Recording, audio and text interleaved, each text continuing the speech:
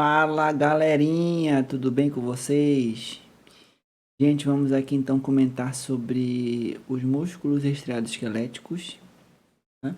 Continuando então, né, a nossa abordagem sobre o tecido, a anatomia do sistema muscular, tá? E como os músculos esqueléticos são os mais abundantes no nosso corpo humano, então nós vamos tirar um tempinho para falar um pouco deles de maneira específica aqui na aula, tá?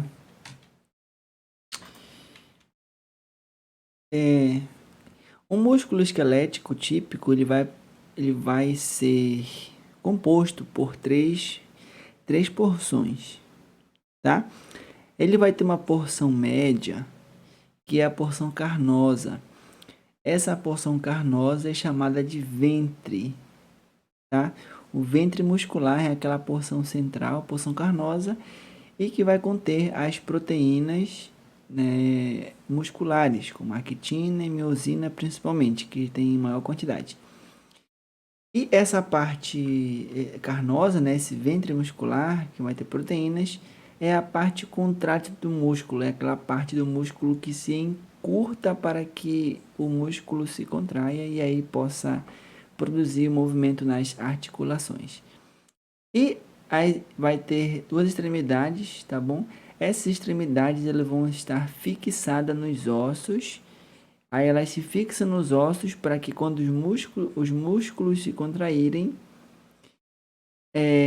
propiciem o movimento das articulações e aí automaticamente vai movimentar o nosso corpo humano.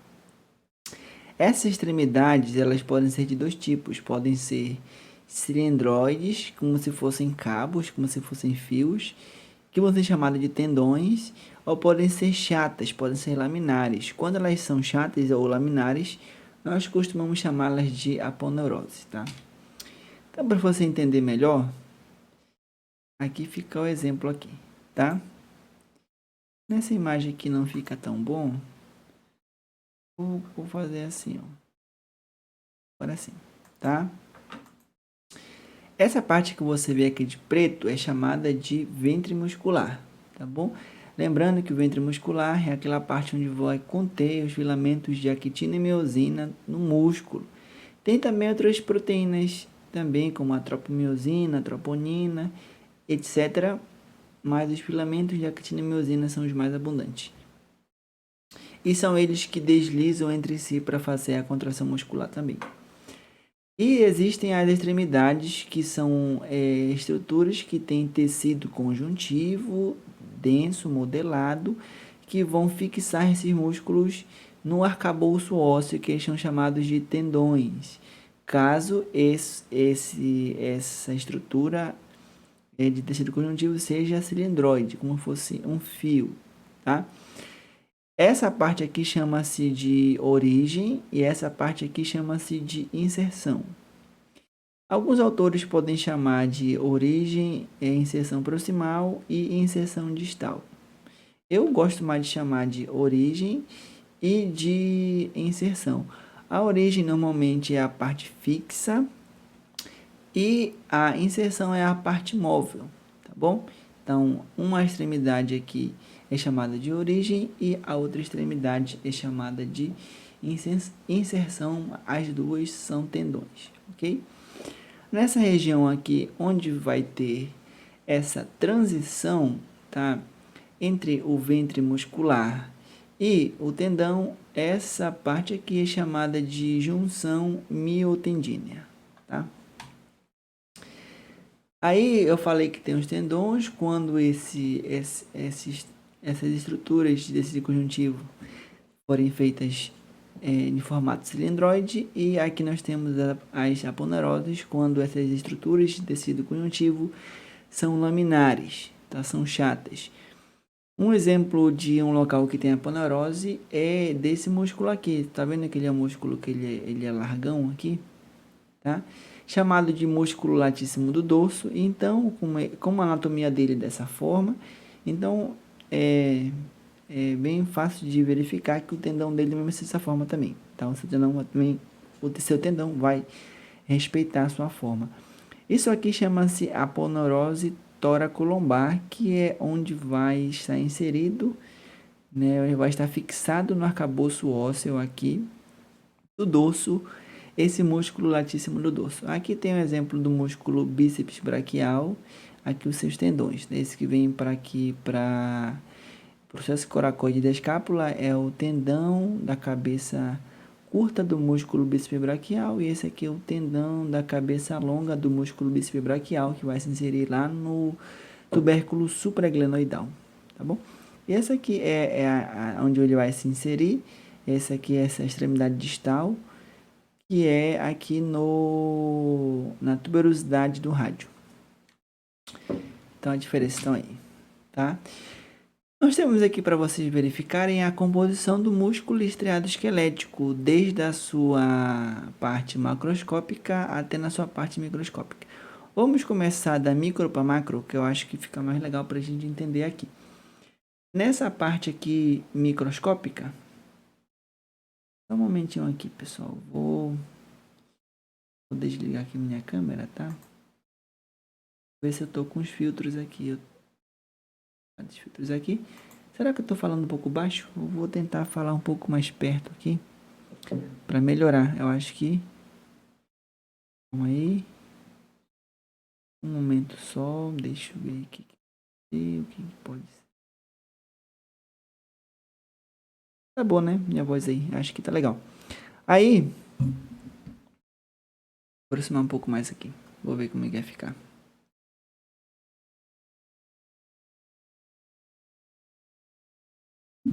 Tá bom, né? Beleza. Aí, indo dessa parte aqui do menor para o maior, de micro para macro, nós temos aqui uma miofibrila. Essas miofibrilas, elas vão se juntar, tá? Essa aqui, no caso, é uma fibra muscular. Essa fibra muscular é aqui que ela é formada. Uma fibra muscular, ela é formada por várias miofibrilas, tá bom? Se você verificar aqui, ó. Essa fibra muscular, ela é formada por várias miofibrilas. E essas miofibrilas são formadas por sarcômeros em série, tá? Aqui tem muitos sarcômeros. Você consegue verificar aqui que tem o padrão de faixa branco, o padrão de faixa preto.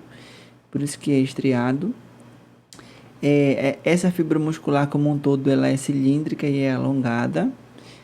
E cada fibra muscular vai ficar envolvida por uma membrana de tecido conjuntivo chamada de endomísio. Você consegue ver aqui, né? Essa membrana que envolve por fora o músculo é chamada de endomísio, tá? Aí, cada miofibrila, como eu falei, ela vai ser composta por sarcômeros em série, e esses sarcômeros são compostos por miofilamentos de actina e de miosina. Os de miosina são esses aqui mais em uma cor mais rosa, e esses menorzinhos aqui são os filamentos de actina, tá? Aí, essas fibras musculares, elas vão se agrupar em feixes. Esses feixes são chamados de fascículo, tá? Fascículo significa feixe. Então, isso aqui é uma fibra muscular. Elas vão ficar agrupadas em feixes chamados de fascículos. Então, aqui, ó, 1, 2, 3, 4, 5, 6, 7, 8, 9, 10, 11. 11 formam um feixe aqui. Esse fascículo, ele vai ser envolvido por uma membrana de tecido conjuntivo chamada de perimísio, tá? Aí aqui o músculo, ele vai ser composto por muitos fascículos, tá? Aqui 1, 2, 3, 4, 5, 6, 7, 8. Esse músculo aqui tem 8 fascículos, tá? É um músculo hipotético no caso, mas ele tem 8 fascículos aí. Opa! 8 fascículos, tá? Aí você verifica que esses fascículos se agrupam para formar o músculo em si. Aí, para proteger o músculo, externamente vai vir uma membrana de tecido conjuntivo que vai revertir esse músculo. Essa membrana é chamada de epimísio, tá? Então, só para a gente revisar, a fibra muscular fica envolvida pelo endomísio. O fascículo, que é um conjunto de fibras musculares, fica envolvido pelo perimísio. E o músculo, que vai ser um conjunto de fascículos, vai ficar envolvida pelo epimísio, tá? Aí, esses tecidos conjuntivos que envolvem músculos, todos eles vão convergir para cá para formar o tendão do músculo aqui. Bom, vamos treinar músculo aí. Vamos continuar então aqui, deixa eu ver. Vamos lá. Vamos falar então agora sobre os tipos de fibra muscular. Nós temos alguns tipos de fibra muscular que elas são classificadas de maneira mais abrangente em duas, tá? Que são as fibras de contração lenta e as fibras de contração rápida. Essas fibras de contração lenta também podem ser chamadas de fibras tipo 1 ou fibras oxidativas ou vermelhas. E as fibras rápidas são fibras também chamadas de tipo 2, que podem ser glicolíticas ou brancas, tá? Todos os músculos, eles vão conter todos os tipos de fibras, tá? Entretanto, a depender do músculo, né, ou a depender do tipo de atividade que uma pessoa ela pratica, esse músculo ele vai ter uma composição maior de determinado tipo de fibra, tá?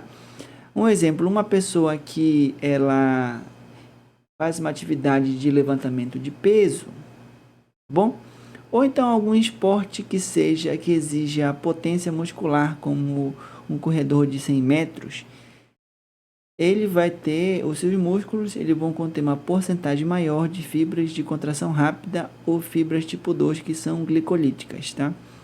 Já uma pessoa que ela tem uma atividade que tenha uma maior necessidade, né, de consumo aeróbico, como o maratonista, tá bom?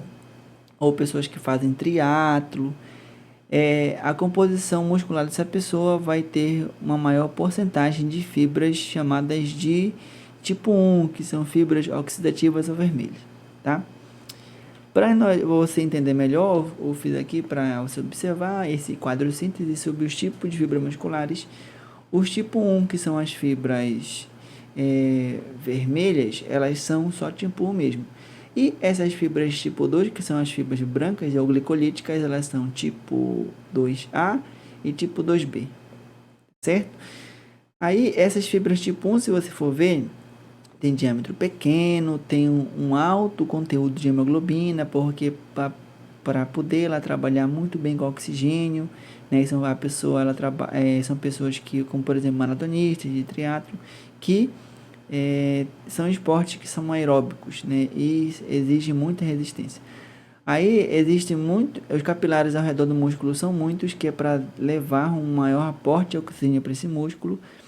O sistema predominante é o sistema aeróbico, tem uma alta resistência à fadiga, né? Que você, um corredor, para o músculo dele começar a se fatigar, demora muito, né? Um corredor de maratona.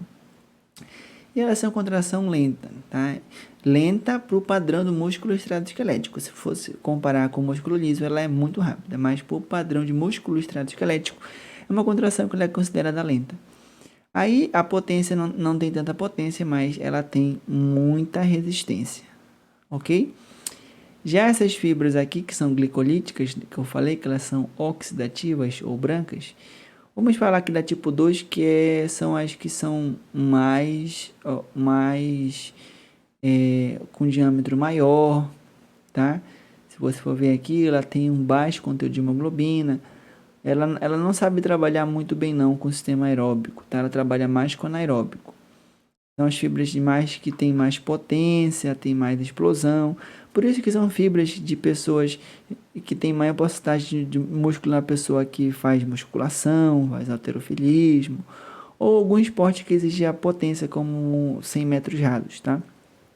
A velocidade de contração é rápida, ela tem baixa resistência à fadiga, né? Se você for colocar uma pessoa que malha todo dia lá, na academia, que tem umas pernas bem volumosas, um braço bem volumosos, se você coloca ela para correr do lado de uma pessoa que é magrinho que nem eu, mas que corre todo dia, treina maratona, essa pessoa rapidão ela vai começar a se fadigar, por causa que os músculos delas não são acostumados a trabalhar com o sistema aeróbico. Então ela tem baixa resistência à fadiga, ela tem muita potência, mas tem baixa resistência no geral. Os capilares para esse tipo de fibra são poucos, porque ele costuma utilizar a energia de outros meios sem ser aeróbico. Então, pode ser do ATP livre, de creatina fosfato, PCR, entre outros, tá?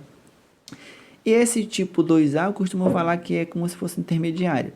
Ele faz parte do tipo das fibras oxidativas, mas eles são um pouco intermediário em relação aos dois extremos, que é a glicolítica e a oxidativa, tá?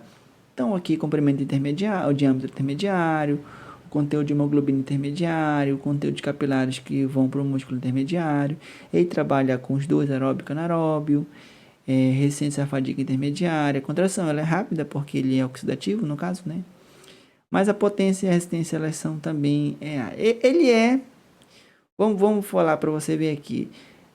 O de política você vai entender. Um seria Bolsonaro, um seria Lula, e esse aqui é o pessoal do Centrão, da terceira via, né? Só para você tentar entender um pouquinho aí. Beleza, gente? Vamos falar aqui então de contração muscular, da mecânica muscular. O nosso músculo, como eu comentei agora há pouco, quando nós contraímos nosso ventre muscular, esse ventre muscular ele produz um trabalho mecânico.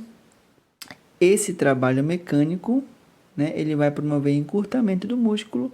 Esse encurtamento do músculo, consequentemente, vai gerar o deslocamento da peça esquelética, modificando o ângulo da articulação e propiciando o movimento do nosso corpo humano, tá? Então, aqui exemplo aqui, esse aqui é um braço que está estendido. Quando eu encurtei esse músculo chamado de bíceps braquial, modifiquei a angulação do cotovelo, a articulação do cotovelo, fazendo a flexão, né, do cotovelo, né? Como é que a gente vê a articulação? Você pega, ó, a angulação, faz um risco nesse osso, aí aqui vai ter tantos graus de angulação. A mesma coisa que também você faz aqui uma linha nesse osso, uma linha nesse osso. Olha aí, ó, viu os graus que estão? Esse aqui está um ângulo mais aberto, esse aqui está um ângulo mais obtuso, tá?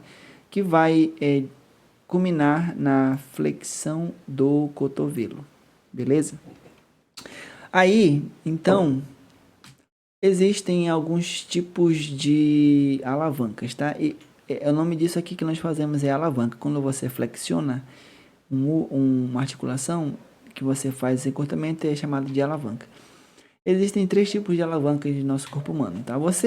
À medida que você for estudando na biofísica, você for estudando na cinesiologia biomecânica, você pode ter outros conceitos mais aprofundados. Esses aqui são conceitos mais básicos para você ir começando a entendendo um pouco, tá? Não é nada de muito profundo, não. Existem aqui as alavancas chamadas de interfixas, as interresistentes e as interpotentes. Para você entender como que é essa situação, aqui tem uma gangorra, tá? Uma tábua. Aí, essa aqui é a força que está... Essa força potente, imagine que seria a contração muscular, tá? Essa peça aqui de apoio seria o sistema esquelético, e a resistência é a força que esse músculo tem que fazer para que possa haver um movimento articular, tá? A interfixa é quando o que nós chamamos de ponto fixo fica entre a força potente e a resistência. Então, tem uma alavanca interfixa. A alavanca interresistente é quando a resistência ela fica entre a força potente e o ponto de apoio. E uma alavanca chamada de interpotente é quando a força potente fica entre a força resistente e o ponto de apoio, ok?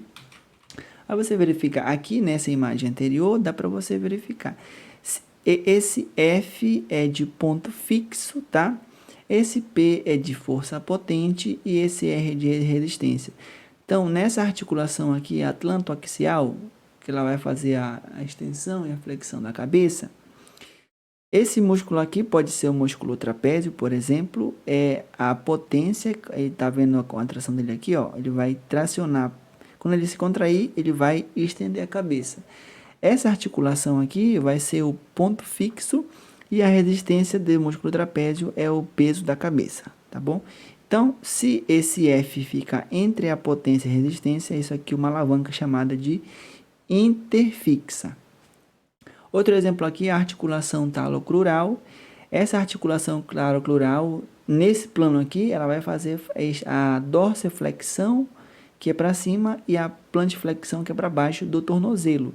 Aí, a força potente aqui é do músculo gastrocnêmio. Vamos colocar então aqui dos três, né? Do músculo chamado de tríceps sural, que é formado pelo gastrocnêmio medial, o gastrocnêmio lateral e o músculo sóleo. Fica inserido aqui no calcâneo. Aí, essa força que vai estar indo para lá é a força potente. Nesse caso, quando esse músculo se contrai, esse segmento aqui se desloca para baixo para fazer a plantiflexão do tornozelo aqui na articulação talocrural. Essa região aqui do médio pé é a resistência, né? Tá? E aqui, essa parte aqui distal aqui do antepé, dos dedos, é o ponto fixo. Aí, quando você tem o ponto fixo, a resistência e o ponto fixo e a potência e a resistência fica entre os dois, a resistência R fica entre o P de força potente e o F de ponto fixo, temos uma alavanca chamada de interresistente, tá? Agora aqui outro exemplo no corpo humano, né? Exemplo prático de articulação, de alavancas aqui. Essa aqui é uma alavanca que ela é interpotente. Por quê? O ponto fixo vai ser aqui nessa região do olecrano, tá? Essa articulação aqui é a articulação chamada do cotovelo, a húmero ulnar, tá?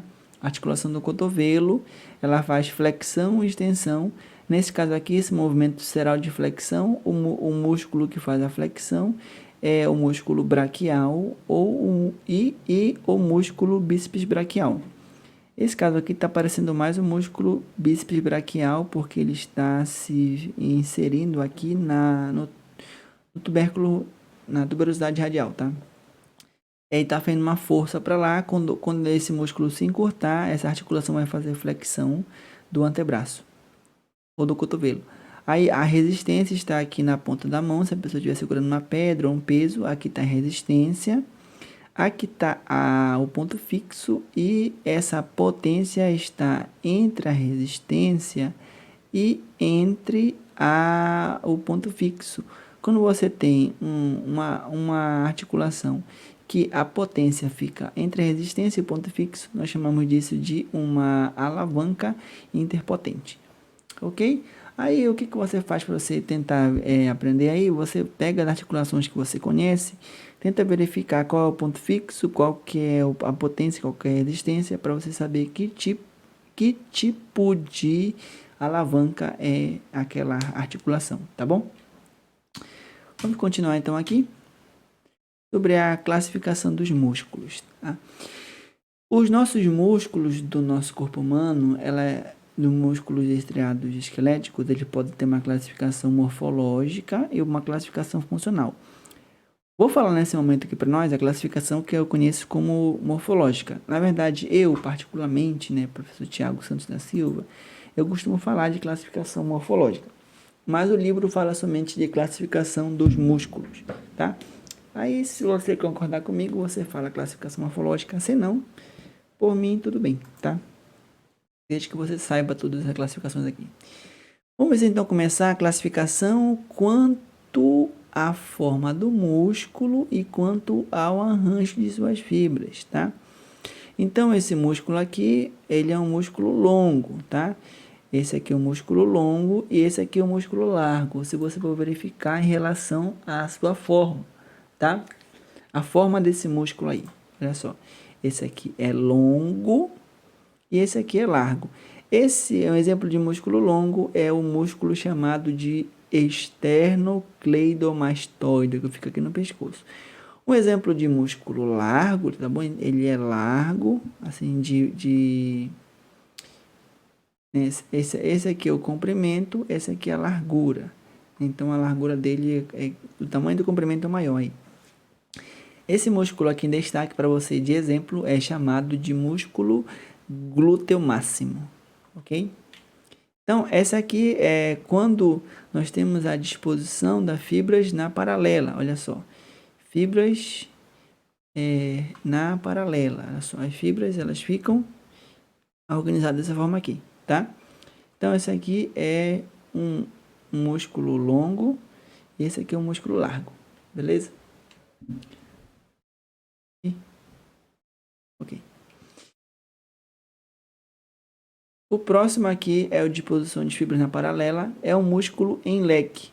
Aqui está um ponto de fixação desse músculo no esqueleto, aí daqui partem fibras para muitos locais.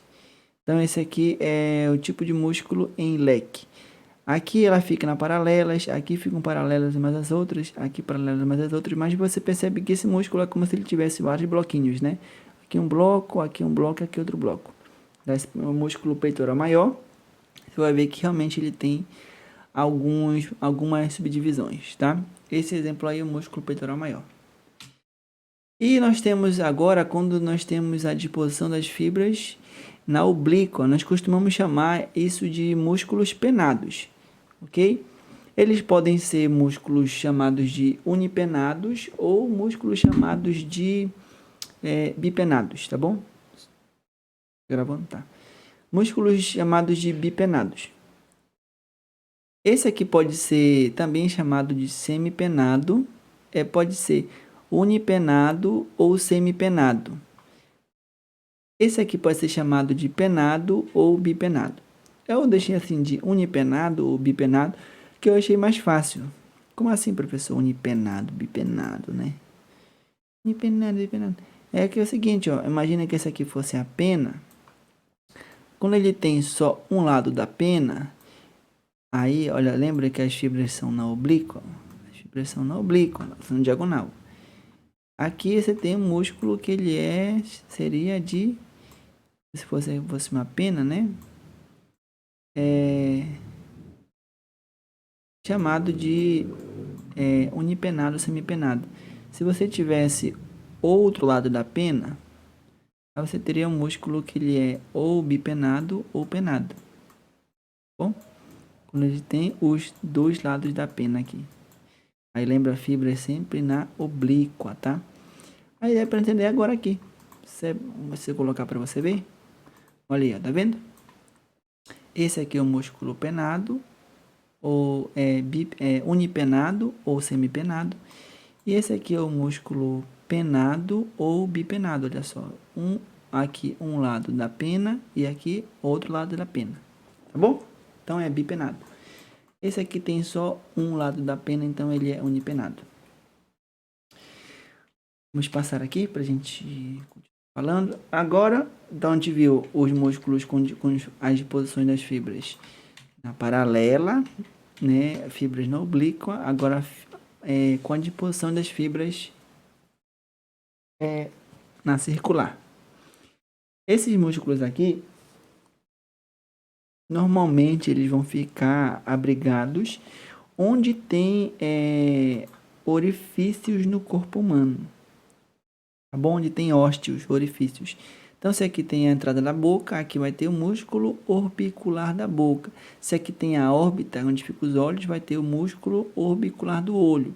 Se lá, né, na região do ânus tem uma entrada que é o ânus, lá vai ter o músculo orbicular do ânus, ok? Então, esses músculos aí... E outro exemplo também é o músculo esfíncter externo da uretra, tá? Então, esses são alguns tipos de músculos aí que são orbiculares. Ok? As suas fibras... Gente, não me realiza. De posição das fibras é na orbicular. Se você observar aqui, ó, as fibras dele, as suas fibras ficam dispostas de maneira orbicular, tá? Então, nós vimos agora aqui com relação à forma e ao arranjo das suas fibras. Vamos ver agora a classificação dos músculos estriadoesqueléticos com relação à origem, tá? Lembra que o músculo ele tem origem, tem inserção, né? A origem normalmente é chamado de ponto fixo e a inserção é o ponto móvel. Vamos dar exemplo para vocês aqui na prática disso aqui, para você entender o que é ponto fixo, o que é ponto móvel, para você não ficar moscando aí, tá? Você vai entender agora, meu patrão. Ponto fixo, o que é ponto móvel. Exemplo aqui, esse aqui é o músculo chamado de bíceps braquial. Bom? Bíceps braquial. Eu estou fazendo a flexão do cotovelo. Estou fazendo a flexão do cotovelo. E cara.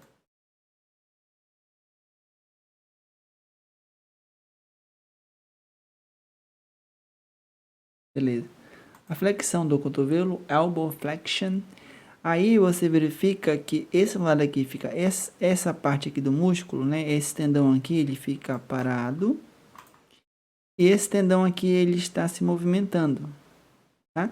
Então, nesse movimento de flexão do cotovelo, o músculo bíceps braquial, esses tendões, o tendão, esse tendão aqui da cabeça curta e esse tendão aqui da cabeça longa, eles ficam parados, são as origens, e esse aqui que está se inserindo, esse aqui que está se inserindo é o ponto móvel, é a inserção, tá? Então, quando eu falo que com relação à origem, quantas origens esse músculo vai ter? Você verificou, né, que aqui no músculo, esse músculo aqui, que é o chamado de bíceps braquial, ele tem, ó, duas origens. Um tendão que se origina aqui aqui na escápula, né? Nessa região aqui da escápula, que eu acabei de esquecer o nome. Tá bom? É no processo coracoide da escápula. E esse tendão da cabeça longa, ele vai se inserir lá no tubérculo supraglenoidal da escápula, entendeu? Então, ele tem duas origens. Aí, como eu estou falando, então, de classificação de músculos com relação à origem, então, é quando os músculos se originam por mais de um tendão.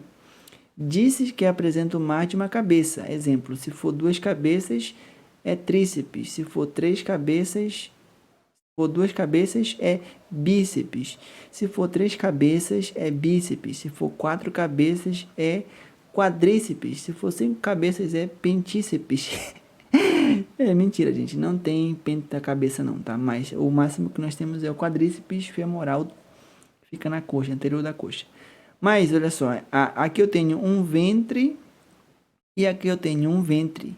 Cada ventre aqui nesse caso é chamado de cabeça, tá? Então, por isso que é bíceps. Ceps, C de cabeça. Bíceps, duas cabeças. Tríceps, três cabeças, tá bom? Então, o que significa que bíceps tem duas origens, tríceps vai ter três origens, quadríceps vai ter quatro origens e vão se inserir no lugar em comum, tá? Nesse caso do músculo bíceps braquial, né? O músculo bíceps braquial, ele vai se inserir, esses dois ventres, o ventre medial e o ventre lateral, eles vão se inserir, ou cabeça medial e lateral, vão se inserir aqui no que nós conhecemos como tuberosidade do rádio, tá bom? É uma inserção incomum. Exemplos clássicos encontramos nos membros, a nomenclatura acompanha a classificação, tá? Então, se é músculo que tem duas cabeças, é bíceps braquial. Se tem músculo que é três cabeças, é tríceps braquial ou tríceps sural. Se tem músculo que é quatro cabeças, é quadríceps, exemplo, quadríceps femoral, tá bom? Aí para você ver, para você não ficar só matutando aí, que eu gosto de estar mostrando também, né? Ou você vai ver agora, meu patrão. Cadê? Olha só. Esse aqui é o músculo chamado de bíceps, cabeça medial, cabeça lateral. Ok? Aí tem aqui também o músculo chamado de tríceps. Tem essa cabeça que ela é lateral, tem essa cabeça que ela é longa e tem essa cabeça aqui que é a cabeça medial, tá? A cabeça medial, a cabeça lateral e a cabeça longa. Então, 1, 2 e 3 cabeças, tenho 3 inserções diferentes quer dizer, 3 origens diferentes que vão se inserir para um lugar de comum, que é aqui no olecrano da una. Então, se eu tenho 3 origens, eu tenho 3 cabeças, é tríceps, tá bom? E vai se inserir aqui nesse tendão aqui no olecrano. Aí vamos dar exemplo aqui também do quadríceps, tá? Nós já estamos aqui mesmo, né? Tem que ser, não é hip extension, tem que ser no extension. Aqui, o joelho, então, nós temos um músculo que ele tem 4 ventres, 4 cabeças. Olha só, o ventre, a cabeça medial, chamado de vasto medial, a cabeça aqui mais superficial, que é reto femoral, e a cabeça lateral, que é chamada de vasto lateral. E aqui por dentro, não dá para você ver, mas aqui abaixo desse músculo aqui vai ficar... Aí, ó, consegui pegar lá, que é o vasto intermédio que fica abaixo. Então, um que está marcado de azul, 2, 3 e 4. Tenho 4 cabeças, tá? Tenho 4 ventres aí, 4 origens. Quadríceps, eles vão ter uma inserção em comum, que ele vai ser aqui na tuberosidade anterior da tíbia. Tá vendo aqui? Os 4 vindo para cá, ó, na tuberosidade anterior da tíbia, por meio do ligamento patelar. Tá? O ligamento patelar aqui. Aqui. Ok? Podemos voltar aqui para o slide? Eu creio que sim. Tá? Qualquer dúvida que você fez, você revê o vídeo aí. Senão, você pergunta para mim no Telegram, que eu respondo para você. Vamos agora ver quanto à inserção. Nós vimos aqui em relação à origem, né? A origem, lembrando, a origem é o ponto fixo, tá? Agora vamos com relação à inserção, que é o ponto móvel. Quando os músculos podem inserir-se por mais de um tendão? Quando há 2 tendões, são bicaudados. Quando há 3 ou mais, são policaudados. Esse exemplo aqui é de um músculo chamado de extensor longo dos dedos. Esse músculo chamado de extensor longo dos dedos fica na região anterior da perna, tá? E vai vir aqui dessa região da tíbia para as falanges dos dedos. Quando esse músculo se contrai, os nossos dedos se estendem, tá? Então, você verifica que ele tem aqui um ventre e aqui ele tem, ó, 1, 2, 3, 4 tendões. Cada tendão vai para um dedo do pé, um artelho do pé. Bom? Aí, então, por isso que esse aqui, então, cada tendão é uma cauda. Se esse aqui tem mais de 3 ou mais, tem 1, 2, 3, 4, ele é chamado de músculo policaudado, tá? Músculo policaudado. Professor, mas esse músculo não tinha aparecido aqui atrás? Sim, ele apareceu mesmo. O que significa para você? Significa que um músculo ele pode se encaixar em mais de uma classificação a depender do ponto de vista, tá bom? Se você tiver levando em consideração o seu formato e o arranjo das fibras, esse músculo ele é chamado de unipenado. Se você estiver levando em consideração as inserções, quantas inserções esse músculo tem, ele é considerado como policaudado, tá? Então depende qual critério você está levando em consideração. E nós temos aqui uma classificação. Nós vimos classificação quanto à origem, nós vimos classificação quanto à inserção. Vamos ver agora a classificação quanto ao ventre. Lembrando, né, que um músculo ele tem 3 partes sempre, que é os componentes anatômicos do músculo. É macroscópico, no caso também. Eu falei de componentes microscópicos, mas esse aqui é o componente macroscópico do músculo. Tem a origem, o ventre muscular e a inserção, tá? E cada músculo pode ter, vocês viram aqui que cada músculo pode ter mais de uma origem e cada músculo pode ter mais de uma inserção, né? Se ele tiver mais de uma origem, pode ser bíceps, tríceps, quadríceps. Se ele tiver mais de uma inserção, pode ser bicaudado, pode ser policaudado. Vamos ver então aqui músculos que eles podem ter mais de um ventre ou mais. Alguns músculos apresentam mais de um ventre, tá bom? O ventre é ser chamado de gástrico, tá? Porque ventre tem a ver com essa região aqui do nosso abdômen, né? Essa região do ventre, região anterior, né? Onde fica o estômago, e é por isso que é gástrico. O músculo que ele tem 2 ventres é chamado de digástrico, tá? O músculo que ele tem 3 ou mais ventres é chamado de poligástrico. Exemplo, esse músculo aqui, chamado de músculo reto do abdômen, ele tem, ó, 1 ventre, 2 ventres, 3 ventres, 4 ventres. Então, ele tem 4 ventres, ele é um músculo poligástrico. É interessante notar que entre esses ventres vão ter intersecções tendinosas. Aqui eu tenho um ventre, aqui eu tenho uma intersecção tendinosa. Aqui eu tenho um outro ventre, aqui eu tenho uma outra intersecção tendinosa, aqui a mesma coisa também, ventres e intersecções tendinosas. Esse aqui é um músculo que quando as pessoas fazem musculação, né, ele se hipertrofia e fica aparecendo a barriga bem definida aqui, né, fica um abdômen bem definido. Você costuma chamar de barriga tanquinho, né, dá até para lavar roupa aqui. No caso de alguns, isso aqui fica completamente coberto de gordura, que fica o tanquinho reverso, né? Mas tudo bem.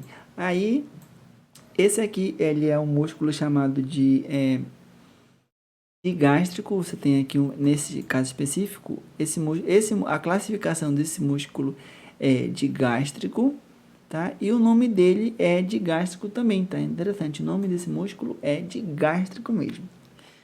Esse músculo digástrico e com classificação de gástrico, ele vai ter esse ventre aqui e esse ventre aqui, e entre os dois ventres vai ter uma intersecção tendinosa. Nessa intersecção tendinosa desse músculo vai ter essa estrutura aqui prendendo para ficar ele aqui dessa região. Esse músculo digástrico, quando ele se contrair, ele vai promover a depressão da mandíbula, fazendo a abertura da boca por meio da articulação chamada de temporomandibular, tá? E nós temos a classificação dos músculos quanto à ação, tá? A classificação dos músculos quanto à ação, né, é uma nomenclatura que se dá de acordo com o movimento articular que esse músculo realiza, tá? Então, se esse músculo faz a pronação, vou voltar aqui. Se esse músculo faz a pronação, ele vai ser um músculo pronador. Se esse músculo faz a supinação, ele vai ser um músculo supinador. Se esse músculo faz a elevação, né, ele vai ser chamado de levantador ou elevador. E se ele tensiona, vai ser tensor, tá bom? Aí, para você ter exemplos aqui, vamos lá então, para os nossos exemplos práticos, né? Um músculo que ele faz a pronação é esse músculo aqui, chamado de pronador redondo. E tem também o seu sinergista, que é o pronador quadrado, tá? Então, os músculos pronadores redondos e o pronador quadrado, pronador redondo, pronador quadrado, eles fazem a pronação do antebraço, que é colocar a mão para baixo, tá? Aqui, ó, põe a mão para baixo, ok? Pronação. Aí temos os músculos que são supinadores, os músculos supinadores, o músculo, olha o nome dele, o próprio nome do músculo também é supinador, tá? Supinação é fazer a palma da mão virar para cima, tá? Então, girar o antebraço no mesmo eixo, de forma que a palma da mão fique para cima. Agora, ó, está pronando. Tem esse aqui, o músculo que ele é chamado de supinador, tá bom? E os seus sinergistas são o músculo braquiorradial e o músculo bíceps braquial. Sinergista significa um músculo que vai ajudar na função desse músculo. Então, a função desse músculo, ele é o motor principal, é fazer a supinação do antebraço. Aí, o músculo braquiorradial e o músculo bíceps braquial são best friends forever dele, que vão atuar juntamente com ele nesse movimento aí, para fazer esse movimento. ok? Deu aqui para você entender, né, gente? Se não deu para entender, o que você faz? Você volta o vídeo aí, você vê de novo, aí você tem que ler também, que é o que eu quero que você leia. Se você, depois de ler 30 mil vezes, depois de assistir o vídeo 30 mil vezes, não entendeu esse assunto, aí você pergunta para mim no Telegram, que eu também posso tirar sua dúvida, tá? Mas eu acho que você é uma pessoa inteligente o suficiente, que você gosta de pesquisar, você gosta de ter uma educação ativa, né? Gosta de buscar as coisas, buscar as fontes. Eu sei que você vai assistir esse vídeo, você vai ler e você vai entender. Caso não, você pode perguntar que eu estou aqui sendo pago para isso, tá bom?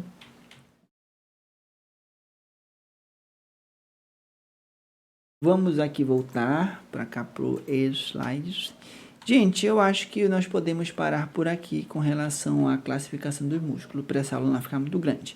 Então, se você gostou dessa aula, né, me ajuda aí, tá bom? Deixe o seu comentário, deixe o like, se inscreva no meu canal. E se você for meu aluno, tiver alguma dúvida, mande para mim no Telegram ou no Google Classroom, que eu já lhe atendo. Muito obrigado, pessoal, e até uma próxima aula.